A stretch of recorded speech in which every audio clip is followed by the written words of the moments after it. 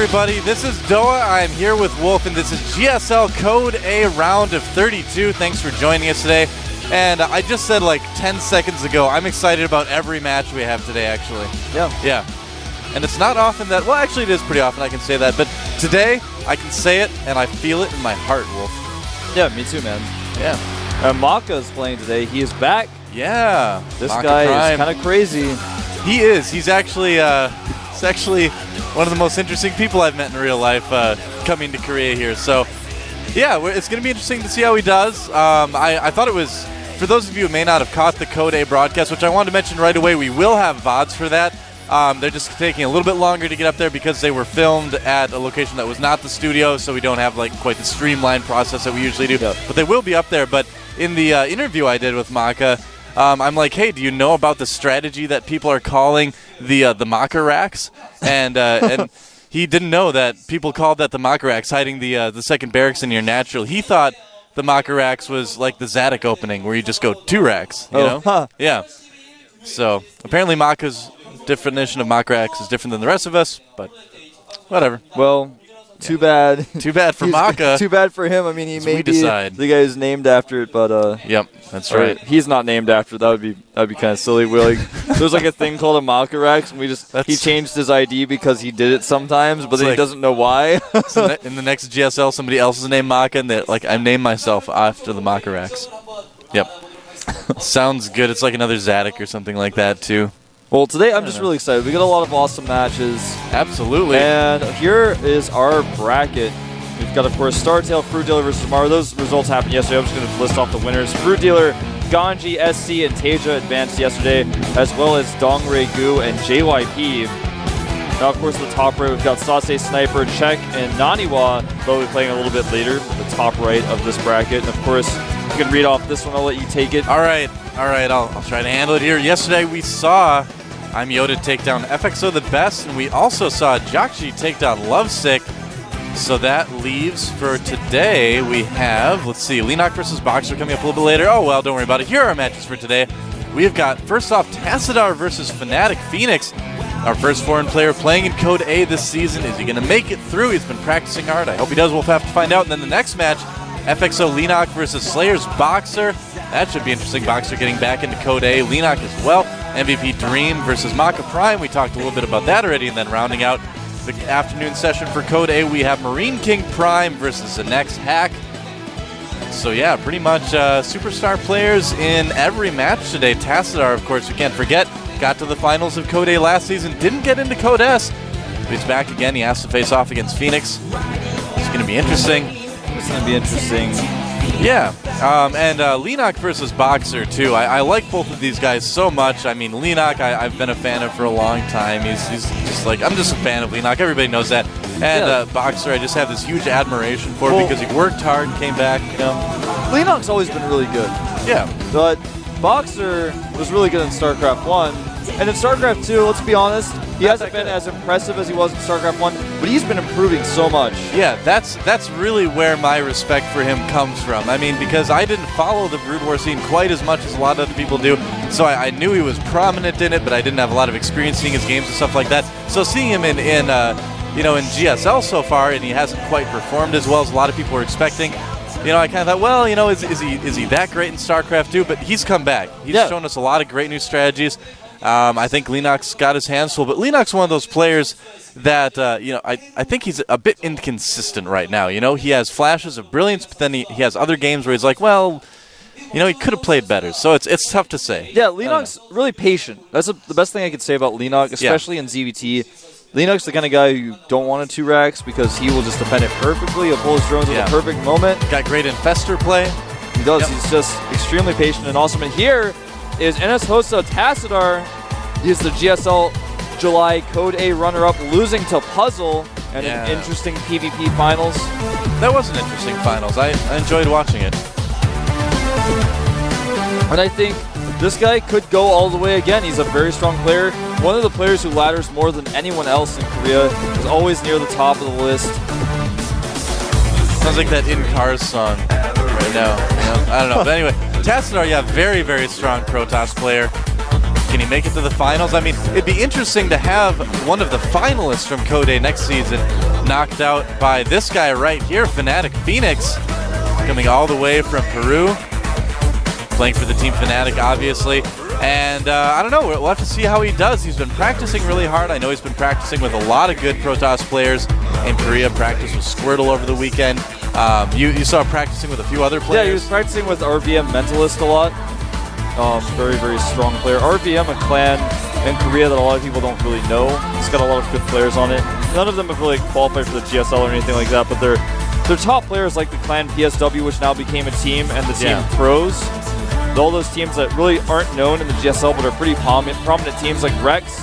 You guys remember the team Rex and Dark back in the open seasons? Oh yeah. They're actually they participate in a lot of clan wars and stuff like that over here. So there's a lot of teams that you guys just don't see, and hopefully they'll make their way into the team league next season, so you guys can start seeing them more and more. Yeah, that's going to be cool. There's actually a lot of teams like you're talking about that we're going to start seeing come up in the next couple months. You know, the teams we've seen so far are definitely not the only teams in Korea. There's a lot of other players we haven't seen yet, so that'll be neat to see. But, you know, I think Fenix, he's ready to go. I mean, he seemed pretty confident when I talked to him earlier this morning. I know he is a little bit nervous, obviously, but, you know, he's had a couple days to adjust to the jet lag. He got here on what, like last Thursday or something? Last Friday? Yeah, something like that. So he's had some time. He's not dead tired or anything like that, so I think he'll be in good form to play. Have to see how he does. He definitely has a strong opponent in Tassadar, so it's not going to be easy for him at all. Let's take a look at the maps. It's going to be Tal'Darim Altar for our first set, then Metalopolis, and rounding things out with Xel'Naga Fortress. What do you think of that map pool? Well, it's a very, you know, it's just a very balanced map pool. We've got Tal'Darim Altar, of course, a large map. Metalopolis, a standard map, common map, a very well-designed map. And Xel'Naga Fortress, a little bit of a smaller map, but that's okay. Tassadar eliminated Antigua Shipyard here, probably because it's a newer map, and of course Fenix eliminating Dual Sight. Now that's a little bit of an interesting choice there, because I've heard a lot of Terran players actually like Dual Sight. That's true. Yeah. I didn't ask him. I didn't talk to him personally about it, so I don't know. We'll ask him later. We'll see what happens. But yeah, the game is about to get started. We're gonna get right into it. Fnatic Fenix versus NS Hoso Tassadar here at the GSL Code A with Doa and Wolf. And are you ready? I'm ready, dude. Are you ready? All right. Well, it's starting now, so let's go. Let's do it.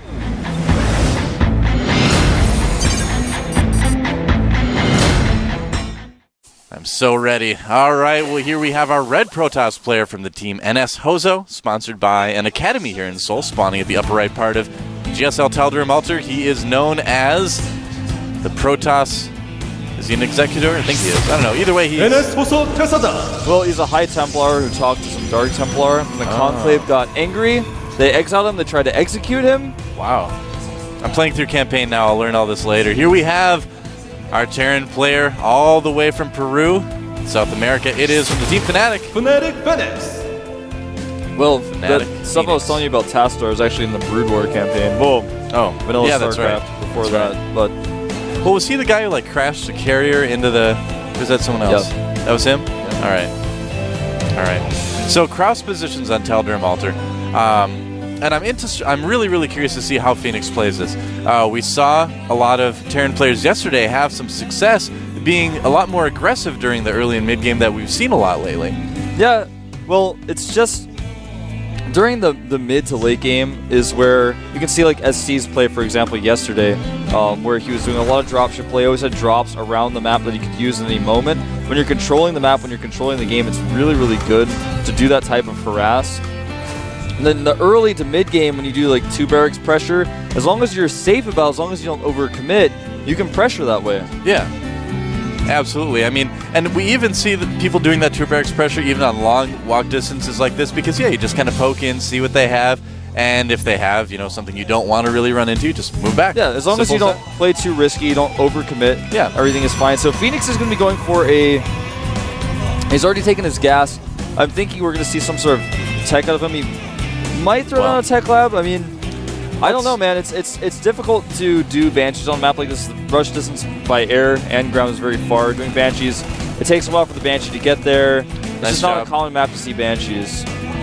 But he hasn't made a tech lab yet, and I think we might see the I think we might see a Banshee. We're gonna see some sort of fast there's a reactor going down. Oh, all right. So possibly going to see that Marine Tank Banshee. I know it's your favorite strategy in TVP. Well, it's possible. I don't think that's what we're going to see. It's not a common build on this map. Yeah. I mean, on this map, behind the natural, you can siege up tanks there and be very annoying. That's true too. Yeah. So it's something that you could potentially see, but with the reactor first here, it's just going to be an expansion with the reactor. That's where the command center is going down there.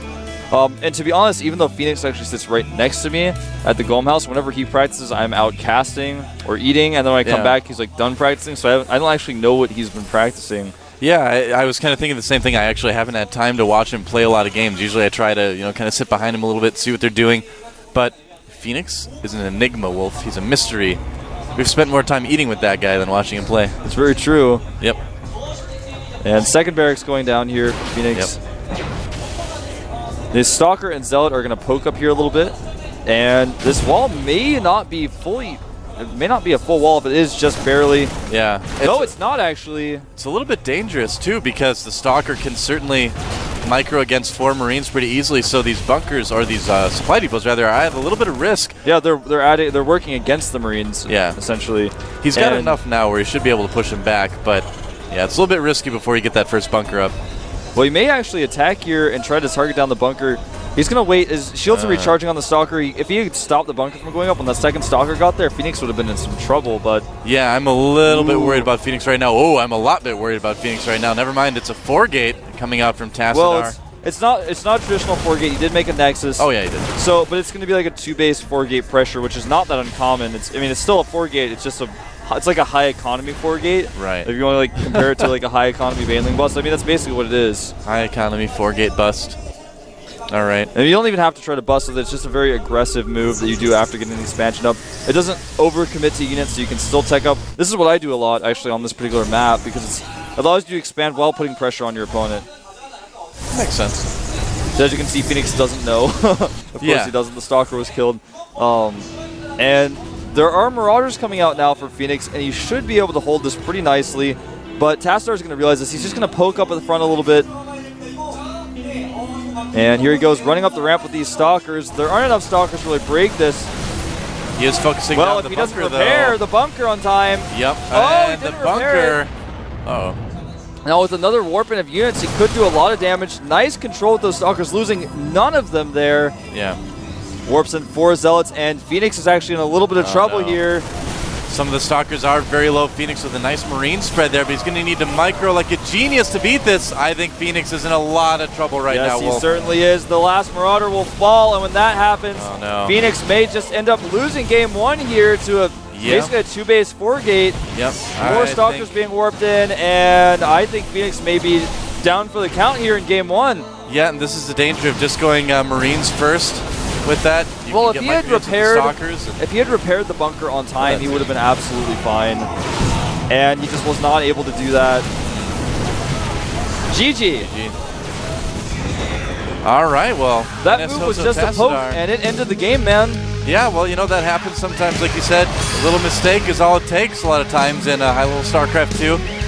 And I mean, that's not the type of thing that's terribly typical. It's just one of those things you kind of kick yourself for after the game. But Tassadar gets a pretty easy win in game 1. And Fenix possibly a little bit shake up. We'll have to see how he does on Metalopolis. Obviously the map that everyone's played a million games on. Yeah. Tal'Darim, a map that more and more people are starting to play games on now. Yeah. When it wasn't in the ladder pool, I was like, why isn't this in the ladder pool? And Blizzard was like, I know, I'll put it in there. They grabbed it and put it in the little pool. Yep. And now we're actually using that same version of the GSL, right? The third has rocks on it. Yeah, we're using a ladder edition of the GSL. Yeah, we're using the ladder edition of the GSL map. It's a little bit different. Before the GSL version didn't have rocks at the third. Yeah. And they actually just use the ladder version now with the rocks. Yep. Well, also before, I think it's been so long since I played on that particular version. I think that map, the third it only had 1 gas and had like less minerals. Like did the it GSL really? Maps, I think.